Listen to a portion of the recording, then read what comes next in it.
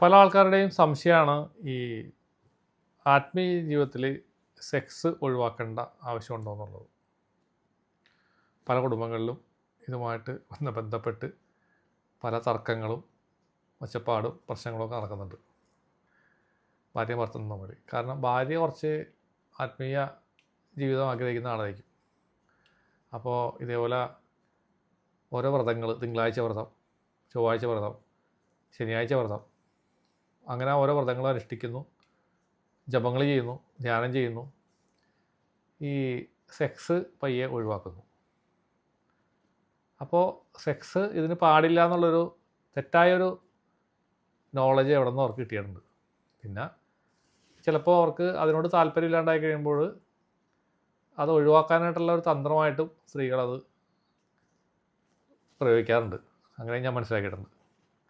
അപ്പോൾ പക്ഷേ ഒരു കാര്യമുണ്ട്, അങ്ങനെ അവർ ചെയ്യുമ്പോൾ അവരുടെ പാർട്ട്ണറായിട്ടുള്ള പുരുഷൻ്റെ മാനസികാവസ്ഥ അത് സ്ത്രീകൾ ഉറപ്പായിട്ടും മനസ്സിലാക്കേണ്ട ഒരു ആവശ്യമുണ്ട്.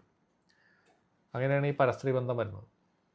നിങ്ങളത് വീട്ടിലത് ഇത്തരം കാര്യങ്ങൾ അനുവദിക്കാതെ ആകുമ്പോൾ പുരുഷന്മാർക്ക് ചിലപ്പോൾ അവരെ കൺട്രോൾ ചെയ്യാൻ പറ്റാണ്ടാവും, അവർ വേറെ സ്ത്രീകളുടെ പോകും. ഇതേപോലെ തന്നെ സ്ത്രീകളും പോകും. കാരണം ഇത് കുറവാണ്, കമ്പാരിറ്റീവ്ലി സ്ത്രീകളാണ് കൂടുതലും ഈ ആത്മീയവാദയിൽ സ്ട്രോങ് ആയിട്ട് നിൽക്കുന്നത്.